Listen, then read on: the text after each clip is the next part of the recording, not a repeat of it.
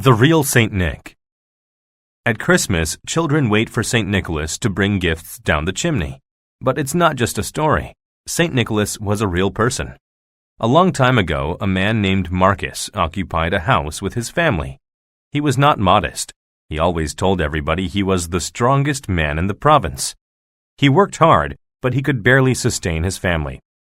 He wanted to save money and prosper. Still, he could never earn a penny more than he needed.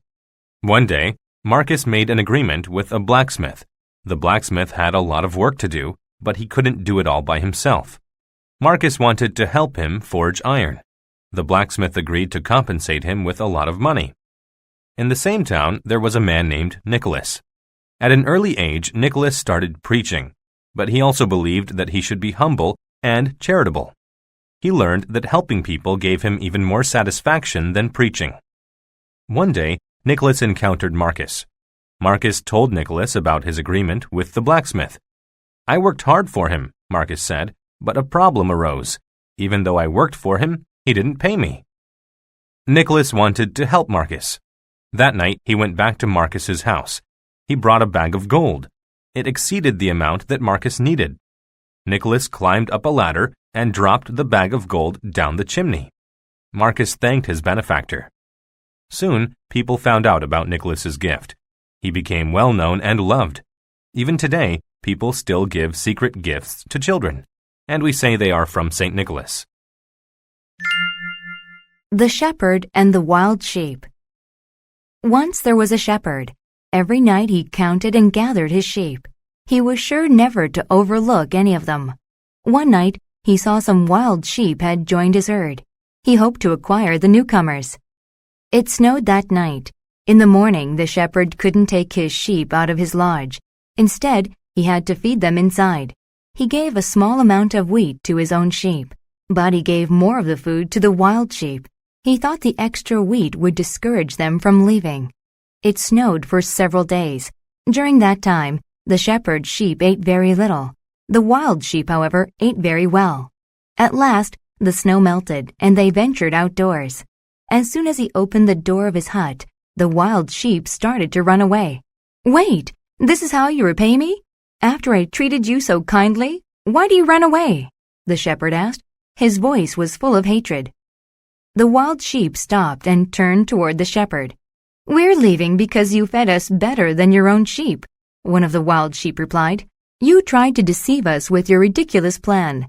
Yesterday you treated us kindly, but tomorrow you might be different. If more wild sheep joined your herd, you would treat us as inferior sheep." As the wild sheep ran away, the shepherd understood his offense. He knew this awkward situation was his own fault. He had not been a satisfactory caretaker. He was a fake friend to the wild sheep. Because of this, he had neglected his own herd. The Boy and His Sled. Mike was the smallest child in school. Another boy, Joe, always teased Mike. Joe had a large scar on his face from fighting other children. One day, Joe offended Mike when he made fun of Mike's Valentine, Jane. Mike felt disgrace, but he didn't know how to make Joe stop. That day, Mike walked home down an alley. He found a bunch of wood boards next to a pine tree. He thought to himself, "I could build a decent sled from this. If I let Joe use it, he will be nicer to me and Jane." He took the wood home. Mike got an axe and cut the wood. He used nails to make sure that the pieces were not loose. As he worked, he bumped his elbow on the boards. The painful sensation made him want to cry. It was a hard chore, but he persisted. He worked overnight. By morning, the sled was finished. Mike called Joe on the telephone. He said, "Hi, Joe. Come over to my house right away." Joe didn't know why Mike wanted him to come over. When Joe arrived, Mike told him, "Joe, it irritated me the other day when you said mean things about my card to Jane. You weren't kidding when you said those mean things. But I'm not like you. I just built this sled, and I'll let you ride it with me if you are nice." They became friends, and Joe was grateful that Mike was so nice to him. He learned that it is more fun to be nice than to be mean. Tiny Tina. In a distant land, there was a kingdom where fairies lived. Tina was a fairy. She had yellow curls and wore a dress made of wool. She always moved with grace. However, Because of her compact size, she was scared of mankind. One day, there was an eclipse of the sun. The fairies didn't know what was happening. They were scared, so they ran away. Tina looked for a place to hide. She found a garden with flowers blooming. Tina had a passion for flowers. She decided to hide there. She became sleepy and made a pillow with some leaves.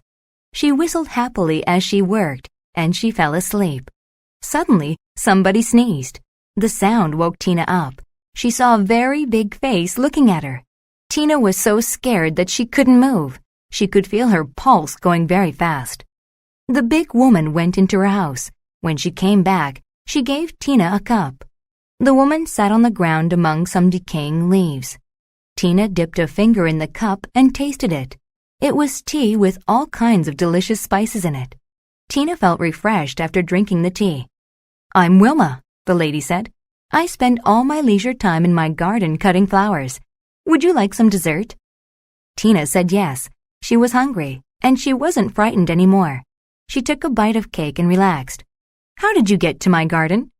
Tina told Wilma how she got lost. "That's terrible. Let us take you home." "Actually, I think that I want to stay with you," Tina said. She wasn't scared of big people anymore. Wilma and Tina lived happily ever after. Trick or treat. Many different cultures have had traditions about the dead. People in places like Ireland, China, Egypt, and Mexico believed that souls needed food. They thought the food nourished them on their journey from cemeteries to heaven. People had to put out good things for souls to eat. However, if the food rotted or spoiled, the soul got mad. The wicked soul might curse the family and make them starve during the winter. In other places, people begged for food on a holiday that remembers the souls of dead saints. People wore disguises with hoods that covered their faces. If they did not get food, they played a trick on the home. For this reason, the activity is known as trick or treating. Shortly after people first began trick or treating, parents started sending their children to beg on that day. Housewives gave the children food if they performed a song or a dance. When people moved to America from all over the world, they brought this tradition with them. Inhabitants of villages started trick-or-treating in the early 1900s. In 1939, a children's publication acquainted the whole country with the tradition. It became very popular. Today, trick-or-treaters are not begging for food, and they are not scared of souls. They just enjoy the thrill of dressing up like creatures and getting candy. Ghosts and skeletons are favorite costumes. But some children wear fancy disguises, like pirates. They carry flashlights instead of fires. In some places, children still perform songs or riddles to get candy. But most of the time, they just say, "Trick or treat." The Senator and the Worm. A rich senator lived in a big house. He had more money than anyone in his district. One day, he was sitting on a chair listening to a radio broadcast. As he listened to the news bulletin, a worm crawled from underneath the chair and onto his head. His cook was in the kitchen stirring some spaghetti sauce. Suddenly, a cry from the senator alerted him. He ran to the rear of the house where the senator was sitting. The cook looked and saw the worm. He tried to console the senator. "I'll take it off right away," he said. "No!" shouted the senator. "I want you to kill it." "But it's only a worm," the cook said. "Why should we execute it? It hasn't committed a crime." The senator could not endure the worm on his head. "Hurry!" he shouted. The cook looked through several drawers but found nothing. Then he ran to the closet and took out a pipe. He returned to the senator and lifted the pipe over his head. He knew he couldn't just tap the worm. He was going to hit it hard. He grasped the pipe tightly. "What are you waiting for?" said the senator. "Kill it!" The cook swung the pipe at the senator's head. "Oh no," the worm said. "He's going to chop me in half." It jumped off the senator's head. There was a tremendous noise. "Ow!" cried the senator. A bump rose upon his skull. Meanwhile, the worm crawled outside. "That was close," said the worm. "Instead of being nice, he wanted to hurt me. Now that man has a big bump on his head." Patsy Ann. A long time ago in Alaska, a dog named Patsy Ann watched the horizon. Every day she waited by the bay for ships returning from an expedition. Patsy Ann was a brilliant dog, and she was very unique. She was deaf. She couldn't bark either. But she used all of her other senses to know when a ship was near. Patsy Ann lived on the streets. Her owners did not want her because she could not hear, so they abandoned her. She found refuge in a fancy hotel. Guests rubbed her back and scratched her chin. Many people gave her food. She became quite overweight. She became very famous. Visitors to Alaska were enthusiastic about meeting her. They brought presents for her. They liked seeing her, and the feeling was mutual. The mayor said Patsy Ann should be called the town's greeter. The people in town loved Patsy Ann too, even though she lived on the streets. They were willing to fight to keep her. A new law made all dogs wear a collar and get shots. The mayor received many complaints. People wanted Patsy Ann to be able to stay. One ambitious sailor got people to help. Together, they paid for Patsy Ann to go to the veterinarian. She got her shots and collar. She could stay. When Patsy Ann died, everyone missed the town's loyal greeter. So, the mayor hired someone to make a statue of Patsy Ann. He restored the town's greeter. Now, she sits at the dock forever, waiting for ships to come home. The anniversary gift. Joe was a carpenter. He built houses in the Highlands. Joe's wife Stella used a needle and thread to sew elegant clothing. She only used beautiful fabric to make clothes. Since they didn't have a lot of money, they lived in an old shed. Water dripped in when it rained. They had broken chairs instead of a couch. But they had coal for heat and flour from the mill for bread. Together, they trimmed the bushes to make their house look nice. Joe and Stella were poor, but not ashamed. They were happy. Sometimes in the evening, they walked downtown. They looked in store windows and dreamed. Stella wanted a hairbrush with an ivory handle. She pulled her hair upwards every day because she didn't have a brush to make it nice. Joe wanted to fix his grandfather's watch. For their anniversary, Stella wanted to get Joe what he wanted. But then she did the arithmetic. It would take at least 6 months to save enough money. Then she had an idea. She cut off all of her hair and sold it. Meanwhile, Joe knew that he could never fix his watch, so he polished it and sold it. He made enough to buy the brush. On their anniversary, the door burst open. Joe was excited to give Stella his gift. But first, Stella gave him the money to fix the watch. When he saw his wife without any hair, he smiled. "I sold my watch to buy you something," Joe said. He gave her the brush, and she laughed. They were both willing to give up something very special to make each other happy. Dalton versus the bully.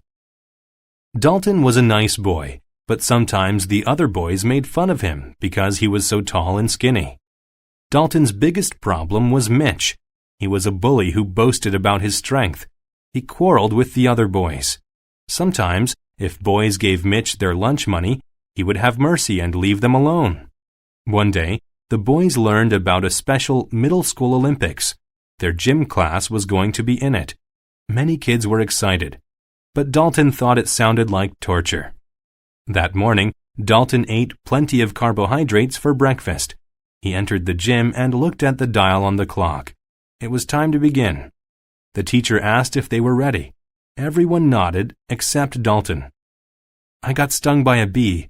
I need to see the nurse," said Dalton. He made it up so he wouldn't have to play. "I don't believe you. Get ready to play," responded the coach. First, they wrestled. Then they jumped, crawled, and played other games. But Mitch was dominant in every event. They strained all morning to defeat him. By lunch they were sore. Their entire bodies ailed them. They thought about how to win. They knew the last game of the day was volleyball.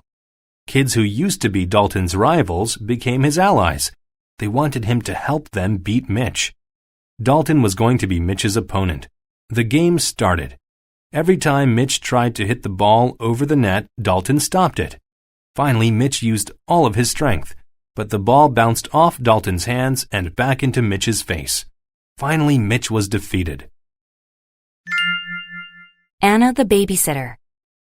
Since her parents got a divorce, Anna has had to help her mother.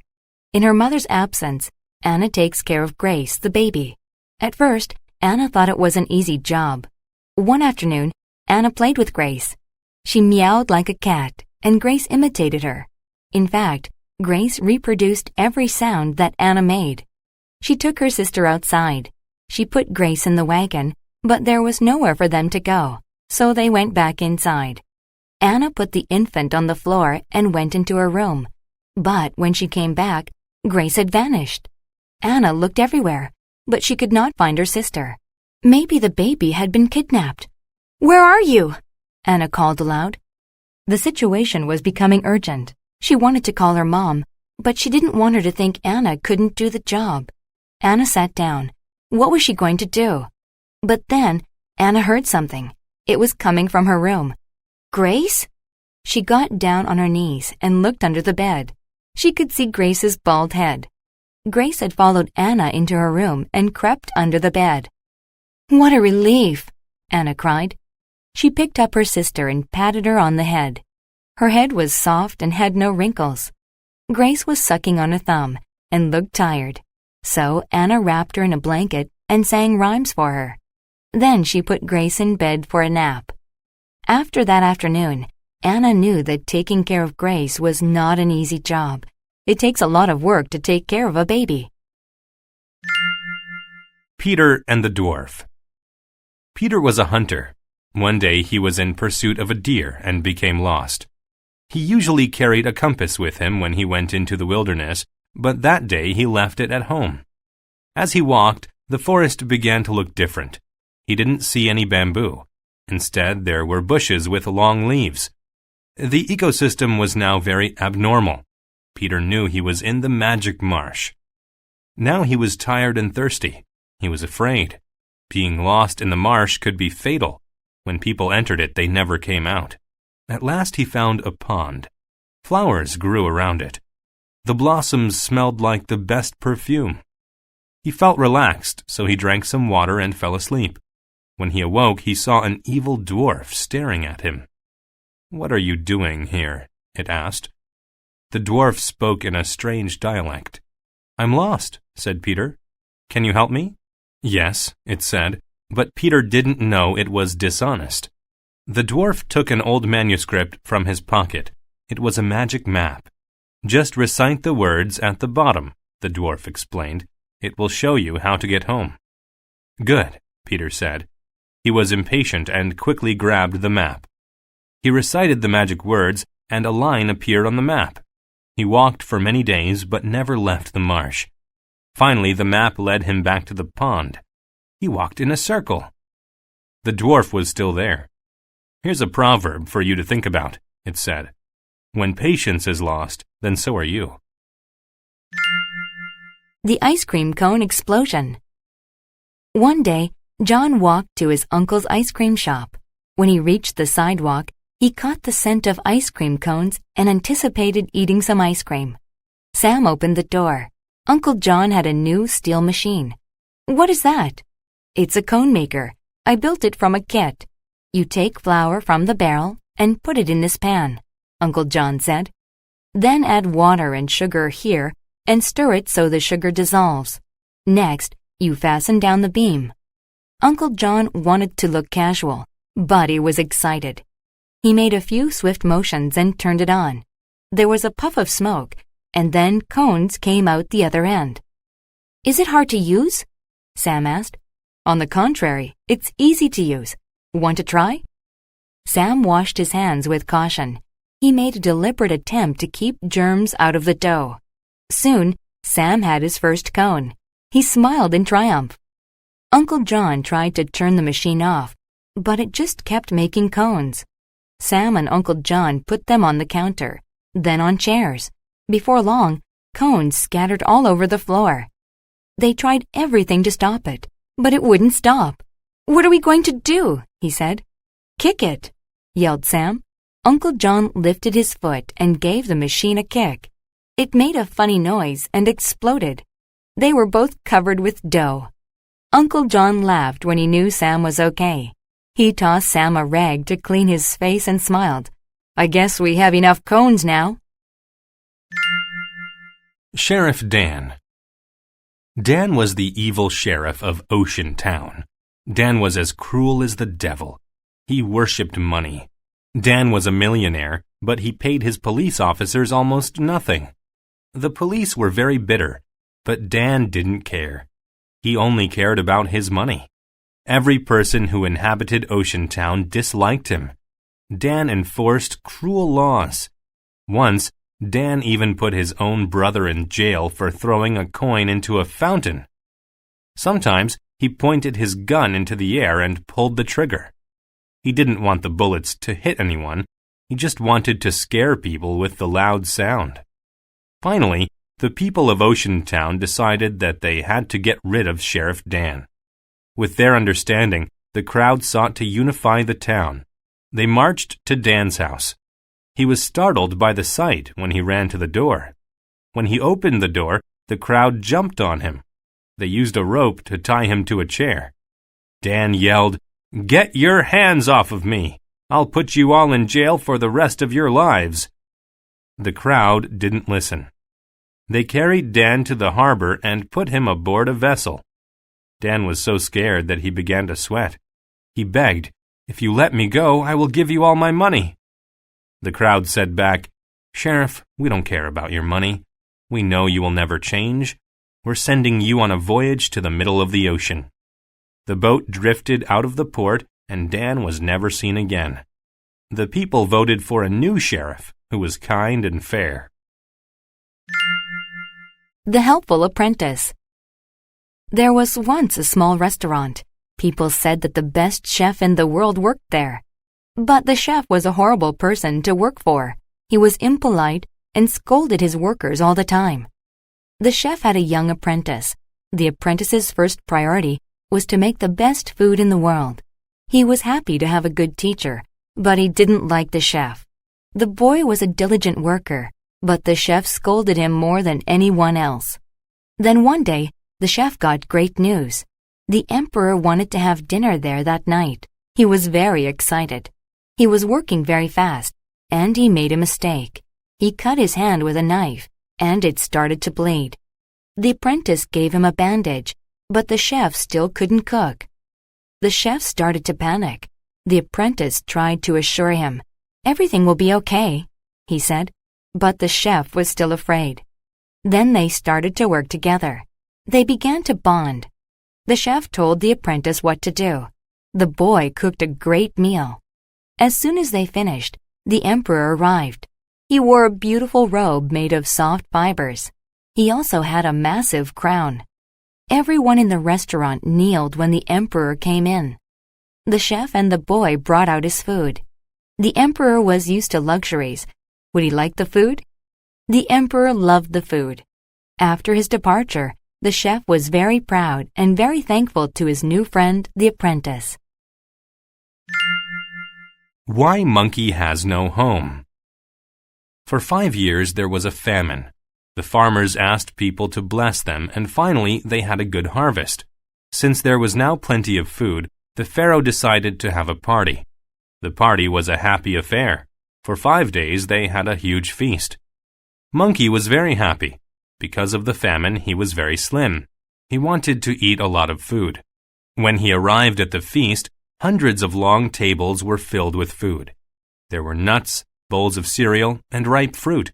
He could also smell hot roasted meat cooking on the stove. The assembly of animals was merry. However, during the feast, Monkey thought of a scheme to exploit the pharaoh's kindness. He decided to steal some of the food and then eat it at home. All the animals were cheerful. They didn't notice that Monkey was hiding food. After the feast, Monkey took the food to his house and ate it. He repeated this routine every day for 4 days. But on the 5th day, the pharaoh had a surprise. He was going to give all the animals a home. Monkey was very excited, but when he arrived at the pharaoh's home, he could not get through the door. The diameter of his waist was wider than the doorway. He was too fat. Monkey asked the pharaoh to forgive him for his theft, but the pharaoh said no. "Pardon?" asked the monkey. He didn't understand why the pharaoh was being unkind. "Everybody else will have a home now, but not you. Now you know that greed gets you nothing," explained the Pharaoh.